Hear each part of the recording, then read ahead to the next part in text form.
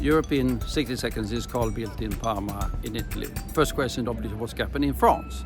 The Barnier government didn't last more than 57 days. It was brought down by the populists of the right and the populists of the left. And Barnier tried to do what needs to be done. Bring their French budget under control. They have a deficit of roughly 6% of GDP. I mean, that's double what is allowed under the European Union rules, and they were held to 7. He had proposed a budget of tax cuts and expenditure cuts, taken down to 5, which is too high anyhow, and brought down. So what will happen now? Well, Marine Le Pen would like to get rid of Macron. I think that's unlikely to happen in the short perspective anyhow. And Macron, president, will have to find a new prime minister and a new government. That will take its time.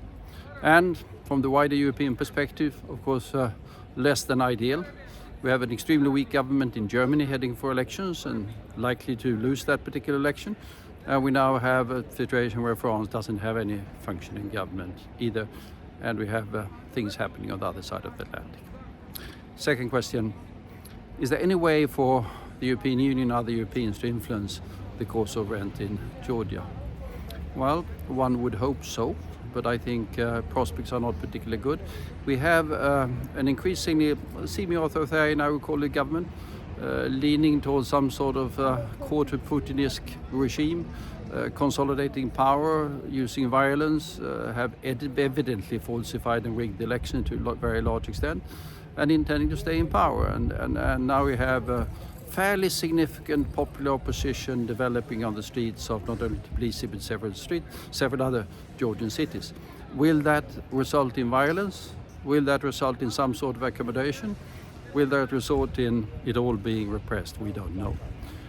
EU will have to, and Americans as well, contemplate sanctions and other measures in a fairly short period of time in order to have any possibility of influencing the course of events. Otherwise, I fear the prospects are rather grim.